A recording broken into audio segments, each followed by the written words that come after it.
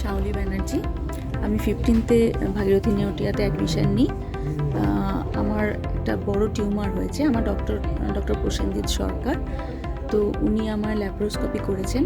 তো সবথেকে আশ্চর্যের ব্যাপার, এই এত বড় টিউমারের যে সাইজ হয়েছিল, তো ওটা যে উনি ল্যাপারোস্কোপির মাধ্যমে কেটে কেটে বার করেছেন, সেটা মানে এটা একটা অসাধারণ কাজ। কারণ আমি বুঝতেই পারিনি একটা পেট কাটার যে যন্ত্রণা, সেটা আমি পাইনি।